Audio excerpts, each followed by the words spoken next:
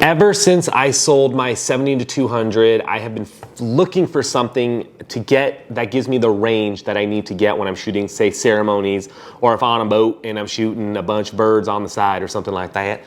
I needed to find range, and I couldn't really find anything until Sigma came out with this 135 f1.8. And this thing is like the BOKEHMASTER. Like, I freaking love this lens for portraits, family stuff. I'm gonna talk a little bit more about it and how I use it, and then I'll show you guys some images at the end, but let's get into it right now.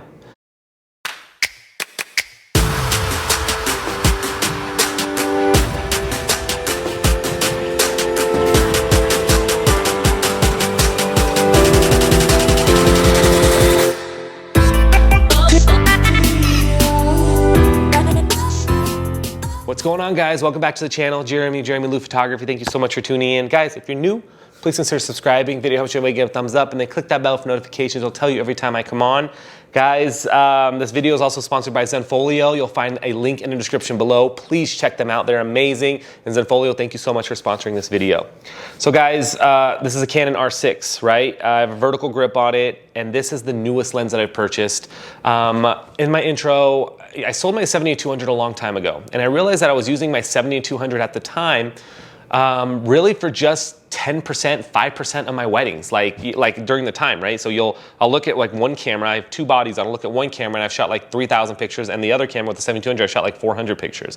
And I'm going like, what am I doing? So I decided to sell it. It was a 2.8 and I wasn't using it for what it was.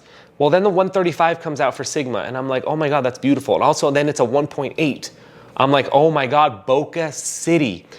This lens is what I use to create illusions or distortions within my group shots, family shots, and portraits. But for family shots or group shots, it's kind of money, right? So imagine having somebody 30, 40 feet away, a group of people, you're at 1.8, you get them lined up next to each other, and you just grab these beautiful shots. The backdrop becomes this blurry kind of like ghosting effect. And then you do a little bit of editing, a little bit of Photoshop, and you get this great illusion of a portrait that captures the person in focus right there, but everything forward and back is completely blurred out. Same thing with portraits. I like doing really tight portraits with these where I can get the eye in focus and everything blurs out front and back. And I'll totally give you guys some ideas at the end of this video so you guys can see what I'm talking about. But this lens itself is big. It's a chunky lens, guys. It's it's the same size as that 100, a little bit bigger, a lot heavier.